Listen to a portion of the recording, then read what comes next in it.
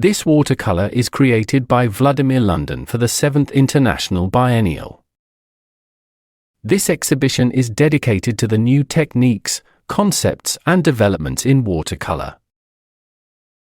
This painting is unique. It has a specially modified binding medium that has never been used in watercolor painting before. The recipe of this water-soluble medium is my know-how, and I will explain its properties and benefits later in this video. Also, I will show you all the steps of this artwork creation from the initial drawing to the finished painting. The composition begins with an idea. It will be a portrait of a young woman depicted from imagination. She will be in the Renaissance dress and placed against the architectural environment. I will quickly sketch her face in the 3/4 view. As I have done thousands of portrait sketches before, this part is the easiest of all. The head is slightly tilted to one side. Her face is calm and thoughtful. I'm using the classical proportions of a human head and face to draw this girl. Also, the anatomical structure is in place to ensure that portrait is realistic. To learn how to draw a portrait, you can check my book that is available on Amazon.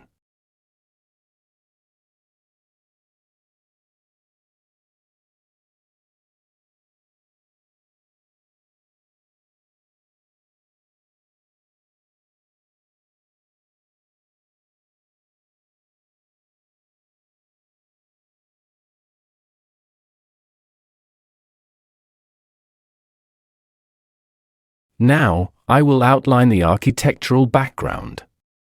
To make it beautiful, I will use the golden mean calipers.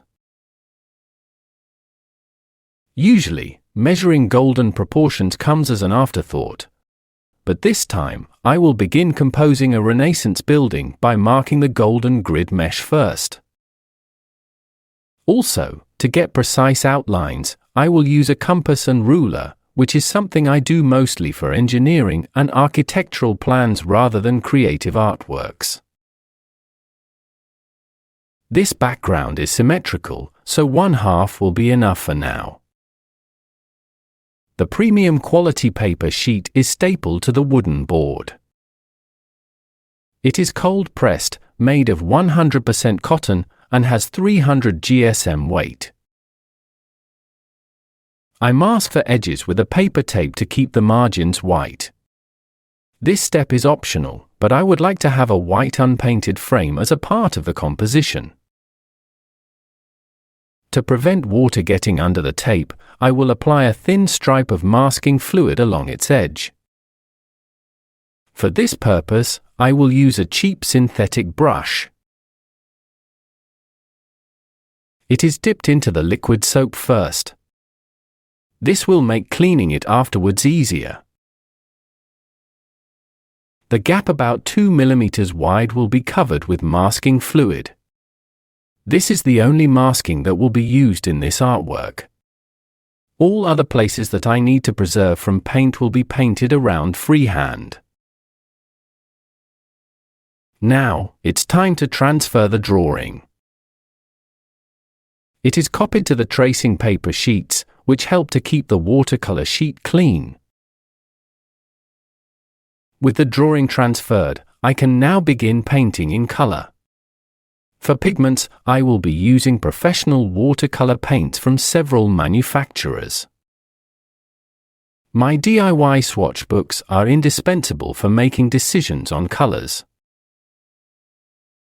I will begin painting with a yellow-golden background.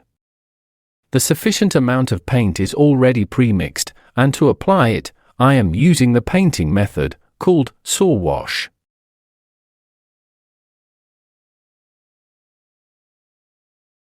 The board is tilted to allow liquid paint to flow down slowly and collect in the bead. The plain wash is the most suitable method for this part of the artwork because I just want a simple one-color, one-tone area filled in with bright yellow color. The reason I turned the board upside down is to make one continuous wash around the girl's head. Starting from one corner and then rotating the board when needed will make applying this wash easier. This way, the paint flow won't be interrupted by the head into two separate areas, but it will continue as one horseshoe figure around the hairstyle.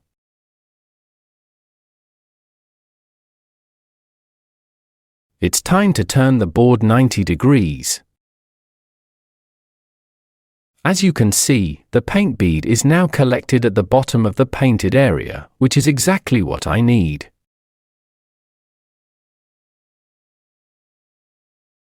Now, I can continue the saw wash until it will be time to turn the board once again.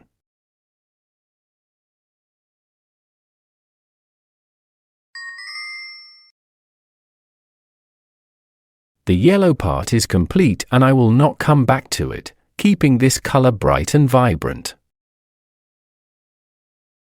To paint the sky, I will use another painting method, called gradated wash. This name tells that the wash won't be plain, but tonal values will change from dark at the top to light at the bottom. To make such a wash, I pre-mixed the needed amount of blue paint and also placed clean water nearby. After each row of paint, I add a bit of clear water into the mix, so it becomes slightly lighter for the next row. Once again, you can see that I apply paint not in a straight horizontal line, but as a series of short diagonal brush strokes. I will repeat this procedure row by row until reaching the bottom edge of the sky area. Each brush stroke overlaps the previous one. Because these strokes are placed at an angle, paint flows down, crossing each stroke, better intermixing on the paper surface.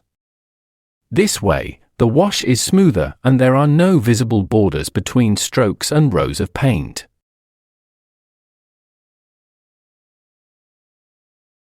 When the first blue gradated wash is fully dry, I can apply the warmer color on top. It will also be painted as a gradated wash. Only this time, it will start not from the top, but from the bottom of this artwork. Usually, the sky is darker and colder at the top, and down to the horizon it becomes paler and warmer. To achieve this effect, I'm using not one, but two layers of paint, one cold and another warm on top. A similar effect can be achieved in other ways, but I want to show you how to be in full control over the paint flow while making very soft and gradual transitions of colors and values. This wash has to continue to the very end to prevent a visible border between layers. With the sky complete, I will paint the architectural background using this natural Kolinsky brush from Escoda. For this purpose, I pre-mixed 8 colors, including primary, secondary, and a couple of tertiary. I will now apply the variegated wash. Its name suggests that colors vary from one to another and intermix directly on the paper surface, softly fusing with each other without any visible borders between different hues. To achieve such a soft mix of colors, mixed paint should have approximately equal tonal values. I apply each color randomly next to each other in small patches. Each patch slightly overlaps the previous one, so paint freely flows from one area to another. This allows transitions between different hues to be very gradual and smooth. Also, it is very important to keep edges of painted areas wet. Ideally, a small bead shall collect at the bottom of the wet area. If paint dries before you finish the wash, it would be very difficult to dilute the dry edge to continue uninterrupted wash. Here's another good tip. After applying several patches of different colors, the brush will become muddy. You need to quickly rinse it to load new color with a clean brush. This will help to keep colors vibrant without going into chromatic grays. For rinsing a brush, I keep clean water in the middle of my palette. The whole area of architecture will be covered with such variegated wash of random colors. This will create an interesting effect, as bouncing light reflects from different areas as if the whole building is lit with sunshine, filtered by stained glass windows. While I'm making this wash, I will tell you the most interesting thing about this watercolor. To make this artwork, I will be using special watercolor paints that are done to my secret recipe. Such paints have very special properties. No manufacturer makes and sells such watercolors. Traditionally, watercolor paints are made of finely ground pigments mixed with medium. Usual watercolor medium consists of gum arabic as the main binder, with addition of plasticizers and dispersants, humectants, extenders, and brighteners. It has no chalk and is very transparent. Due to its formula, watercolor paints can be applied very diluted, can easily flow on the paper surface, and even under many layers the white support is visible under multiple layers of very transparent washes. This is what makes watercolor different from other water-based media. However, traditional watercolor has some major downsides. Because gum arabic absorbs water, it can be dissolved after it dries. This makes watercolor artworks prone to humid weather and bacteria, which eat gum arabic and grow inside paper, ruining an artwork with time. Another problem with watercolor is that fine pigment particles sink into paper fibers and undergo the drying shift, when colors become up to 30% lighter when dry. Also, some pigments are prone to lifting. It is when dried paint, when dissolved by upper wet layers, becomes muddy or washed out. To solve these problems, the traditional watercolor medium has to be modified. At the same time, a new watercolor medium has to retain all the good characteristics of the traditional gum arabic binder and improve those that I mentioned above. To achieve that, I was looking for an answer for a long time. But only after exploring and studying in depth encaustic painting I was able to return to watercolor with a new solution. To explain how it works, I have to say a few words about encaustic. More than 2,000 years ago, ancient Greek and Roman artists used beeswax for painting in color. The beeswax medium was so much associated with painting that the same word was used for both wax and paint. According to Pliny and Vitruvius, who described such a painting medium in their books, pure beeswax has to be treated in a certain way to become suitable for painting. Such modified beeswax was called Punic wax. To this day, researchers and scientists could not agree what Punic wax exactly is. Some say that it is a beeswax that is bleached by triple boiling in seawater and therefore has reduced amount of fatty acids. Others go further and insist that such a material has to undergo additional treatment with alkali to become water-soluble. Whatever the right answer is, this discussion led me to the invention of a new watercolor medium, which I'm using now. The variegated wash is complete. I can now add details and work out tonal values of the building in the background. A watercolor paint is mixed with my special medium on the palette. As you can see, it is very transparent and gives a light glazing layer that is easy to apply due to special characteristics of my medium.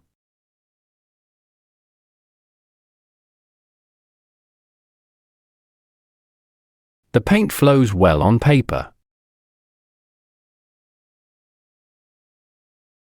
Coming back to the story about encaustic, my theory was as follows.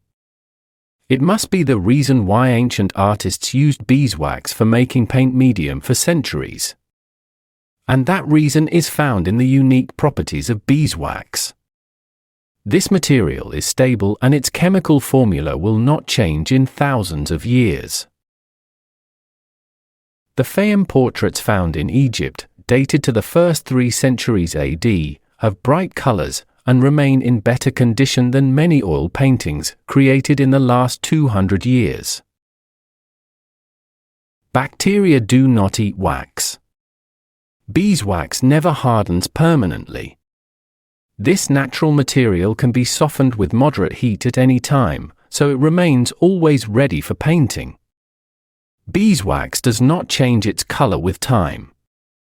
It repels water, and high humidity won't affect this medium. Also, beeswax sticks well to any surface, even glossy, so it does not require absorbent grounds. In addition, it seals grounds and prevents them from deterioration. This makes beeswax an ideal binder for paint.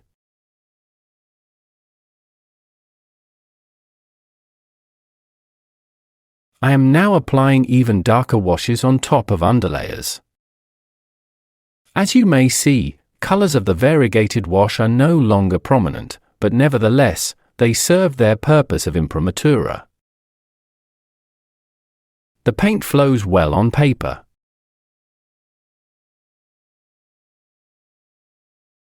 Talking of the beeswax, water-repelling wax that becomes liquid only when it is heated above 65 degrees Celsius is very antagonistic to what watercolor stands for, water-diluted paint applied in cold state.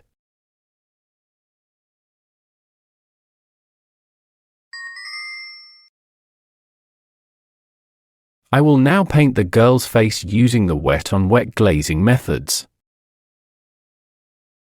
For this purpose, the paper surface is moistened and paint is applied on top of wet areas, softly diffusing without hard edges.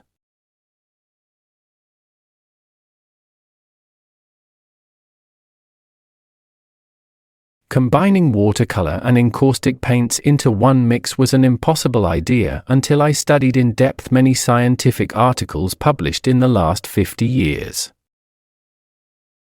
Such articles described various theories about the ancient encaustic art and reported many scientific researches on paints, pigments, binders, and media used by Greek, Roman, and Egyptian artists in the past. I found the answer in one scientific research that led me to the invention of a new watercolor medium. Here it is. A beeswax can be treated in certain ways to become white, more transparent, less fatty, and fully soluble in water at a room temperature. This treatment is not easy nor fast. A natural beeswax has to be boiled in seawater with high amounts of sodium chloride and other sea salts, such as calcium, potassium chlorate, magnesium chloride, with addition of sodium bicarbonate.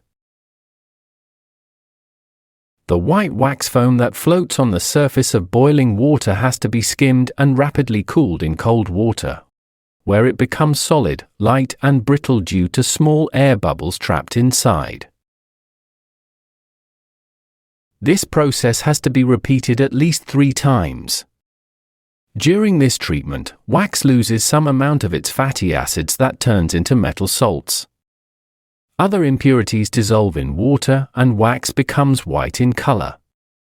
Then, this modified wax has to be dried under the sun for at least 3 months. Thereafter it can be heated and melted together with Carlofani and Damar resins to become a binder for encaustic paints. Carlophane is an important ingredient in this medium. It is not water-soluble and is a very stable material. We know these qualities too well because even millions of years do not destroy Carlophane, it simply turns into beautiful amber. Having such a resin in a watercolor medium would be a definite plus.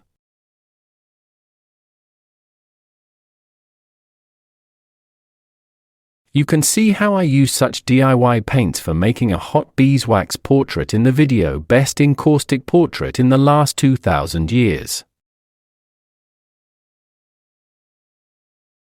The video camera does not convey how it looks in real life. This portrait glows from inside, and the flesh is so real that it seems you can touch it and feel its warmth. The background has depth as if you can put your hand behind the girl's head.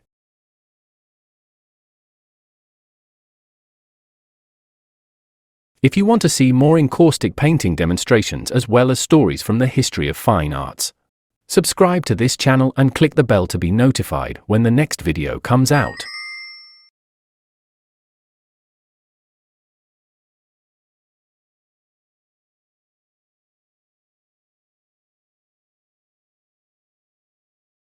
To be suitable for watercolor, such treated beeswax has to be additionally modified with potash, an alkaline potassium compound.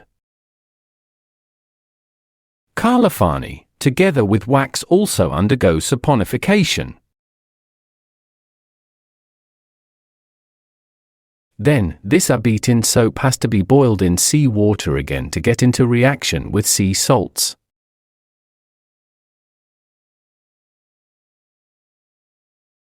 This treatment drastically changes the physical properties of Punic wax that is mixed with resin. It becomes water-soluble when cold, which makes it possible to be mixed with gum Arabic watercolor paints. Despite only a small amount, under 10% of saponified wax containing metal soaps is added to watercolor, it changes properties of paint the following ways.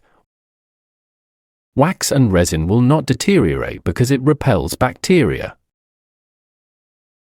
The artwork surface will be less influenced by weather and humidity. This medium will better bind paint pigments, so the painted surface will be less erasable. The colors will become brighter and more saturated because pigment particles will not sink deep into the paper fibers. The drying shift will be reduced. Such modified watercolor paint will stick not only to porous and absorbent surfaces like paper, but also to polished and even glossy supports, such as glazed ceramic and glass, although it would require a greater amount of saponified wax. This watercolor paint will be more transparent because beeswax and Carlophane are fully transparent in thin layers. The layers of paint will stick better to each other without lifting underlayers when wet. In this artwork, I combine two media, pure watercolor and modified Punic wax watercolor.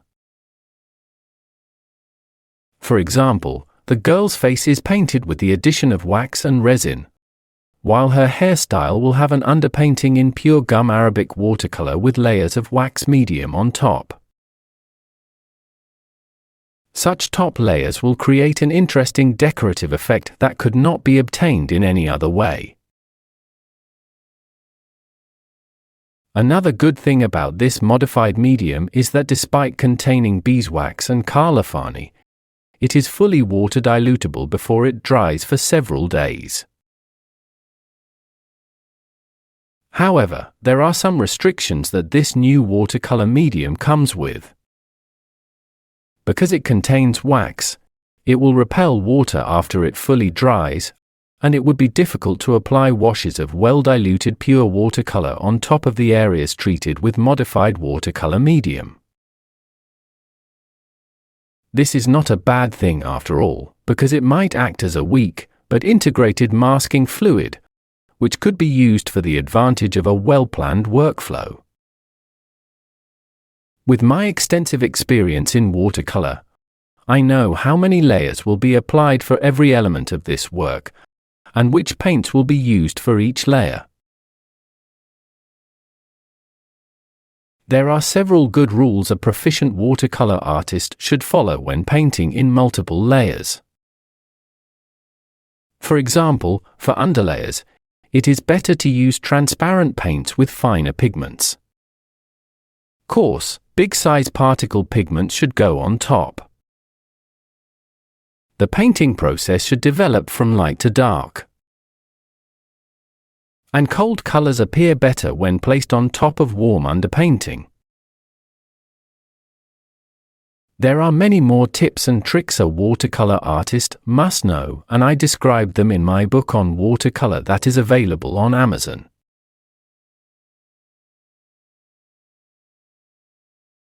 What you see in this video is not just a pure watercolor paint, but modified Punic wax and Carlofani binder added to the traditional medium in small quantities. This is the very first watercolor artwork that has been done in such a way in the last 2,000 years. I cannot say much about art that has been created before that time because old books do not mention mixes of gum arabic with Punic beeswax, and there are no surviving artworks that can be chemically examined for addition of waxes in watercolor paints. Because a very small amount of Punic beeswax is added to paints here, this medium is still called watercolor, only modified with saponified water-soluble wax containing metal soaps. Nevertheless, even a small amount of such wax adds certain characteristics and improves qualities of a watercolor medium. If you want to learn traditional watercolor painting methods and techniques, there is one resource that will be very helpful: Watercolor Academy. Its online course comes with 80 video lessons, while the best option to learn watercolor art is by taking the personal tutoring course, where you will get unlimited personal tutoring with 100 practical art tasks. To see what this academy is about, check out its free demo video lessons.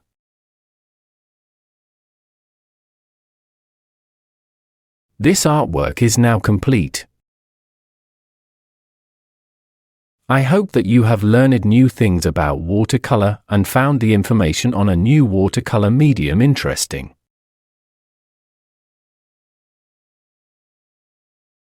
Get free Watercolor Academy demo video lessons to see professional painting techniques and learn how you can benefit from this art resource.